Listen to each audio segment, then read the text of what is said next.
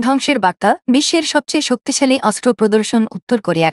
শুরু হয়েছে নতুন এক সমীকরণ। সামরিক শক্তির খেলায় এবার মঞ্চে উত্তর কোরিয়া। সম্প্রতি বিদেশি অতিথিদের সামনে তারা এমন এক অস্ত্র প্রদর্শন করেছে যা বিশ্বকে নতুন করে ভাবাচ্ছে। কি সেই রহস্যময় শক্তি যা পশ্চিমা মোড়লদের বুকে কাঁপুনি ধরাতে পারে? রাজধানী পিয়ং ইয়ং এর এক বিশাল সামরিক কুচকাওয়াজে দূরপাল্লার ক্ষেপণাস্ত্র ও ড্রোন উৎক্ষেপণযান প্রদর্শন করা হয়। তবে সবার নজর কেড়েছে তাদের সবচেয়ে শক্তিশালী কৌশলগত পারমাণবিক অস্ত্র, যার নাম হওয়াসং-20। এই অস্ত্রের ক্ষমতা নাকি এতটাই যে এটি আমেরিকার মূল ভূখণ্ডের যেকোনো স্থানে আঘাত হানতে সক্ষম। অনেকে বলছেন এটি একাধিক পারমাণবিক ওয়ারহেড বহনেও সক্ষম।